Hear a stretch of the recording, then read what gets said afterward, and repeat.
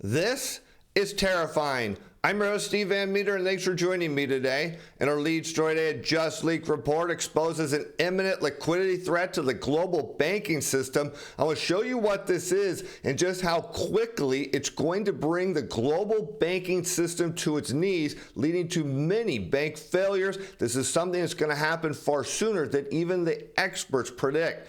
And is the U.S. about to go to war with China? We're going to show you what could trigger an all-out economic battle, and who you'll be surprised to find out who is likely to win. And with that, let's go to Bloomberg, where he picked today's story up with a headline: "As private credit faces liquidity risk if stress rises." This according to the International Monetary Fund. Now, I want you to think back to March of last year when we saw the U.S. banking system start to melt down. And what did we hear from the central elites who were in charge of the banking system? Is they said they didn't see it coming. And the response is always the same: there needs to be more regulation, more oversight. And the problem is the banking system continues to shift risk around, and everybody hopes nothing bad will happen. And as you're about to see, there's nothing we can do that's going to stop this from, again, bringing all the global banks down at once. As private credit also remains largely untested in an economic slump, according to the analysis, it caters mostly to small and mid-sized borrowers with higher leverage, implying more risk. And if the loans falter, that could spell trouble for institutional investors who have sunk money into the assets. Now, who are, of course, institutional investors? Think of this. These are those mutual funds and exchange-traded funds that you find in your 401ks and your employer-sponsored plans. But the whole notion here is, well, there won't be an economic slump at all, and this is only if these loans falter. But what if they all do, and they all start failing at once? Well, that's the case we're looking at, and here you can see the evidence of this is mounting as we take a look at the net percentage of domestic banks tightening standards for commercial industrial loans. This to firms of all sizes in blue. And what we see here is when banks are tightening standards, that happens anytime the blue line is above the horizontal black line. And this means simply that when a borrower goes to get a loan, the bank has a larger list of things they need to qualify for, or the answer tends to be no. And the issue is in a debt-based economy, that leads to a reduction in credit creation, and that means there isn't enough money to pay on all the old debts, because one of the key things about a debt-based economy is you need new loans to pay off those old loans. And if you don't have enough money, well, then what happens is the delinquency rate, which you see in red, starts to go up as banks tighten standards, and that's just a function of people being unable to pay on those loans that they already have. And of course, the longer a loan is in delinquency, that means it's headed into default, as we saw during the global financial crisis when things unwound quickly. And here we can see once again, banks have tightened lending standards, they're cutting the credit creation mechanism, and delinquencies are likely to head up. But you'll notice that the concern here isn't that, of course, the banks are just going to keep the game rolling. The economy is indeed strong enough. The reality is these loans are going to go in a big way. And we can predict this ahead of time, because when man gets involved, of course, in the economy by mixing with the short-term interest rates and inverting yield curves, as the central bankers do, we can see that evidence here show up in the yield curve shown in red. And anytime you invert the curve, what happens is banks then start tightening lending standards. And you see this effect over and over. From the simple standpoint is banks borrow at the short end of the curve and lend at the long end. So when short-term rates are higher than long end, they don't make money lending. Now, sure, they make money in other ways, but in terms of actually making money on the interest rate spread, it's not there. So they tighten standards. Now, I want you to see something else that starts to happen is things get worse when this yield curve starts to go up. And that happens when rates start to come down. That means there's stress in the financial system. And that is the likely outcome here. If you look throughout history, these curve inversions are followed by a decline in yields. We're going to look at that here a little bit deeper in a bit. But the key part I want to understand is if rates at the current level are not creating enough demand for loans, then higher rates are not going to spur more credit creation. There's only one thing you need, and that's lower rates. and a lot lower rate, because the private credit sector has rapidly grown and has never experienced a severe downturn at its current size and scope. And that's always the risk with the banking system, that something new comes along, risk gets shifted away from the purview of the regulators, and everyone says, hey, it's okay, nothing can go wrong, until something does go wrong, and then all of a sudden the risk gets exposed. This time it'll affect the banks, it's going to affect institutional investors, it's going to affect outright everybody, and many features designed to mitigate those risks have not been tested. Of course, what we note is that's always the case, that there are risk mechanisms in there and they never seem to work, because the current regulatory requirements for issuers and pension funds do not consider the credit performance of the underlying loans. And if this sounds dangerous, it absolutely is, and could lead to a complete liquidity crisis in the banking system. Again, this will be broad-based and affect many people all over the world. And that said, risks of financial stability appear to be contained. And of course, we note that this is always the case. And what do we hear from Fed Chair Jerome Powell? That the banking system is sound and resilient, and we've done the necessary things, that people don't need to worry, the risks have been contained. That is until the next crisis, when we find out they were never contained. The fact that private credit funds are tapping long-term capital, such as from institutional investors rather than short-term borrowings that could need to be repaid quickly, mitigated those concerns. That is until one critical thing happens. Institutional investors start to sell, want their money back, and next thing you know, you have a gaping hole in this space, and next thing you know, after that, the whole thing comes unwound. There is a huge amount of risk there, because of course institutional investors can't afford to take big losses. These funds also deploy a modest amount of leverage. Well, that shouldn't see lessen worry, that actually increases worry. But the IMF has outlined the liquidity risk as retail-oriented funds gain popularity, meaning more investor money piling into them. The threat could be compounded should stress mount in the underlying investments or companies. And this is key, because that's why I want to talk about the money creation, the stress of the system, and how these central elites invert these yield curves and money curves and constrict the creation of credit. That eventually leads to an increase in delinquencies and a default, and overall a shortage of money in the financial system. So the notion that these investments can hold true, well, not when you have prolonged periods where there isn't enough money going around to support not only all the debt in the system, but to maintain growth of the economy.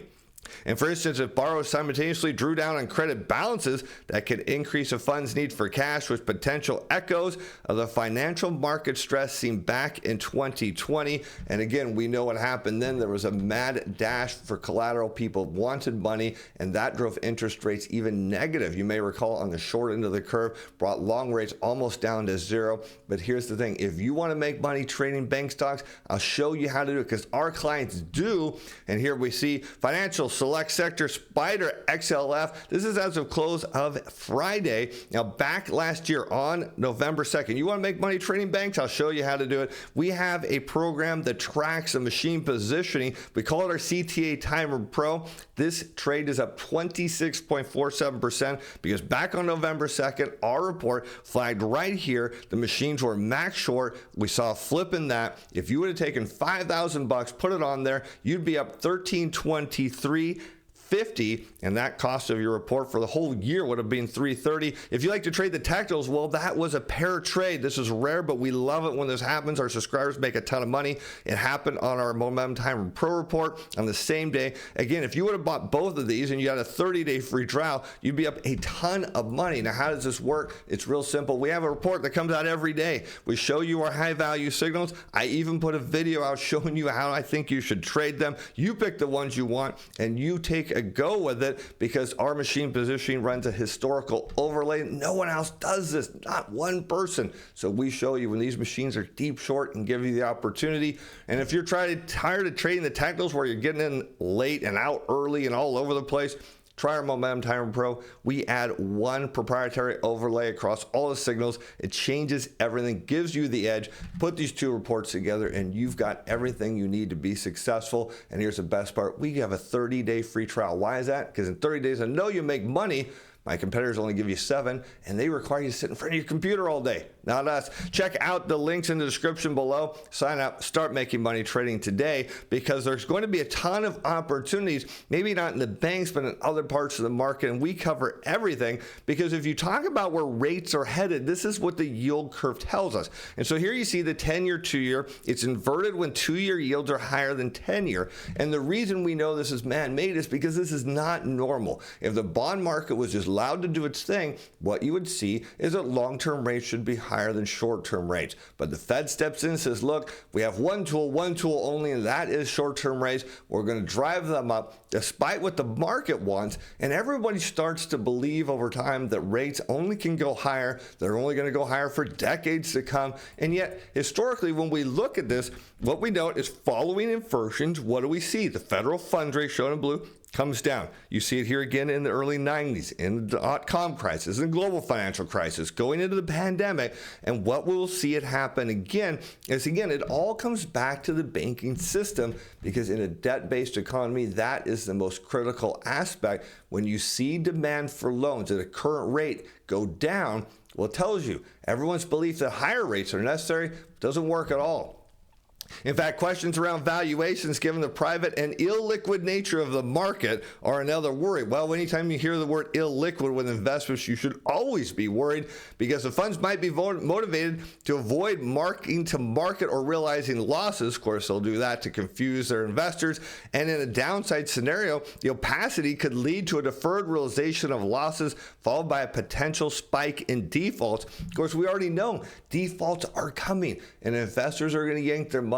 It's going to create a big, giant vortex in the banking system. You're going to see this backfeed all through the banks that originated this garbage, and it's going to cause a massive liquidity crisis. The solution isn't going to be higher rates. It's not going to be keeping them at the current level. It's going to be lower rates, because without better insight into the performance of these underlying credits, these firms and their regulators could be caught unaware by the dramatic re-rating of credit risks across an asset class. And of course, we note the Fed has no clue what's going on here. Their only solution is always the same solution: lower rates and lower them some more and keep lowering them until something works. But as I mentioned, this all comes back to the banking system, which is why this next slide is so critical, because I want to show you the commercial industrial lending data. Now, this is published every week, and we're looking at a year-over-year rate of change. And I want you to note that here you can see in blue commercial industrial lending, and when it's above the black line, it's positive, and below it's contracting, it's negative. And that means on net there isn't enough new loans being made to offset all the existing loans being paid down or paid off. And what I want you to see is, following inversions, what happens is there's a deceleration and often a contraction in lending that happens after this. And you see this over and over again. Now, this is critical, because the question is, how do you create money in a debt-based system? Well, you do it through the commercial banks. And how does that happen? Well, if people want to borrow, what we're already seeing is this is negative now, suggesting people do not want to borrow at current rates, which only implies one thing: that rates need to come down.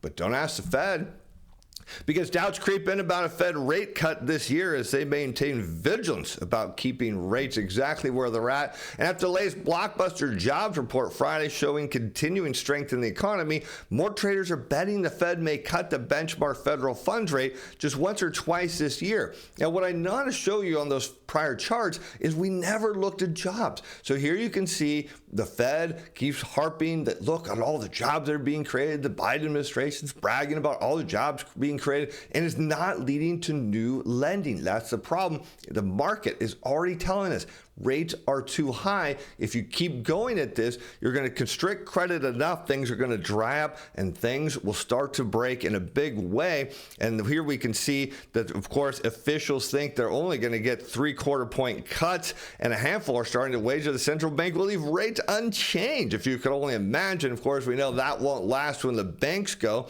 because eventually what happens is the labor market, the precious labor market that the Fed and the Biden administration stand behind, designed to say are strong and robust, and they cannot come unwound. But when you start to understand our financial system, and you understand that we need a creation of new money to support growth and the debt of our economy, well, guess what else you needed to support? The labor market, and that's what's key here. Let's look at this commercial industrial lending data. Now you see these decelerations that I've highlighted against continued unemployment claims shown in red. And what I want you to know is that these decelerations in credit creation lead to an increase in people on and staying on unemployment. And you can see this trend over and over again, because what it's telling us is that the banking system isn't creating enough money to support the labor market. Now, the issue is we're not quite there yet. If we go back here, we see we're in a very mild contraction, and this is still early stages. So any further contraction in lending is going to lead to an increase,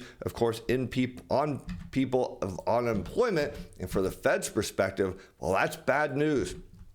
Because the last of the economic bears, which must only be me, are throwing in the towel. And here we have a sustained economic expansion, and investors who manage risk are repricing it by piling into the U.S. equity market and taking on all of these risky assets when they can't see that we're continuing to constrict the creation of credit, that over time, the money gets dried up in the system, and eventually things start to break. And investors will get a new perspective on the outlook for rates this week with Wednesday's release of the Consumer Price Index that everybody thinks is going a whole lot higher.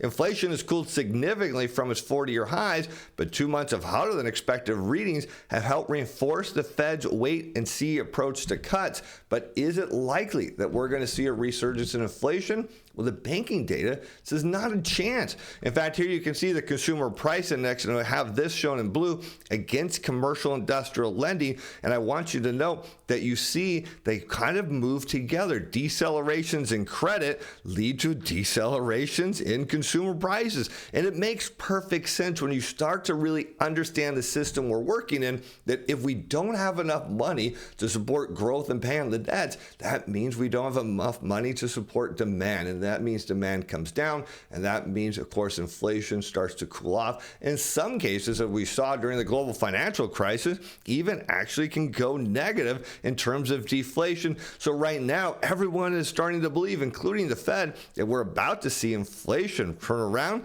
But according to the banking system, if it does start to pop up a little bit, it's transitory at best. And here we can note that looking at that yield curve, again, one of the best predictors of inflation going forward, again, coming back to the 10-year, 2-year, you can see these inversions are followed by massive decelerations in inflation. So here we are again, noting that when the curve rises, that means interest rates are falling. And when that happens, inflation comes crumbling down. And yet, everyone believes just the opposite is going to happen, to the extent that even expectations are high, as market-based measures of inflation are now creeping up. And contracts tied to the CPI show inflation averaging more than 2.5% for the next 5 years, even though there's no evidence to support it. The combination of some Fed officials saying they need to see more before acting. In fact, Minneapolis President Neil Kashkari said last week that the central bank would hold off cutting rates if inflation doesn't subside. Well, Neil, I got news for you. If the banking system goes and you have a liquidity crisis, you won't care what inflation is, because if your banks go, well, that means the economy is gone, the labor market's gone, and the last thing you're going to worry about is inflation. That here you can see, when we look at expectations, it's all about gas prices. When consumers see pump prices go up, they believe inflation is going up, but there is a point where you don't have enough money in the system. Again, this is a key tenet of our debt-based economy, that if you have something like energy prices go up, it actually takes money away from the discretionary side of the economy, because a consumer doesn't have enough money to continue spending at their current rate on the discretionary side as gas prices eat into their budget. And we can see that here, that there are periods where gas prices on a year-over-year rate change went up and inflation didn't. In fact, it started to flatline and then went down, because again, it bled money away from discretionary spending, led to disinflation. Right now, everyone believes that there's so much money and there's so much growth in the economy that this is going to keep things going, but not a chance. Now, yesterday we talked about China coming to the red line and doing what was necessary necessary, and they did. They maintained the yuan defense after currency nears the red line. But is this just the beginning of what could be an economic war between the U.S. and China? The answer is yes. The winner will surprise you, as the People's Bank of China kept its daily reference rate for the managed currency broadly unchanged, implying to traders that yuan stability is key, that they will do anything to maintain their currency. That is a dangerous move here because it threatens, of course, economic instability in different ways. But recent resilience in the dollar, because it comes back to that, and why eventually we think China devalues, a result of bets that the Federal Reserve will keep its policy rates higher for longer. Well, that's true until the banking system goes, is making the PBOC's mandate of steadying the yuan even more difficult. The currency has also come under pressure as investors sour on the prospects for China's economic growth. And there you have it, because a real story about the yuan isn't about their ability to defend. It's not about the dollar. It's about the economy. And the global economy is slowing down and demand for yuan is going away. But China's trying to fix that. And the U.S. is saying, hold tight, as Yellen warns China gets flooding world economy with its cheap exports. And she started out by hammering the Chinese for pursuing an amped up supply side economic strategy, well, that they need to turn their economy around, and that the U.S. and some of its allies are convinced may end up flooding global markets with artificially cheap Chinese goods, particularly in the new energy sector the U.S. is keen to foster at home. She ended her trip on Monday in Beijing with a press conference in which she threatened Chinese banks with sanctions. They went too far in financing trade that bolstered Russia's military. But hold fast, because it's hard to know what's really going on the Chinese side. They generally seem to like and respect Janet Yellen. In fact, she's treated more like a distinguished scholar than a politician from an economic rival. But check this out. It may be the Chinese know she might not be in position of power much longer, as there's a U.S. election coming. They may be simply waiting and being too polite for Yellen in the meantime, which is why, of course, we can note that China likely to win this battle. But it's not just an election that's coming. It's a U.S. recession as money continues to be drained from the U.S. economy, threatening to drive unemployment higher and collapse our banking system along with that of the rest of the world. And with that, I'm Steve Van Metre. Thanks for watching. Thanks for being fans. Bye now.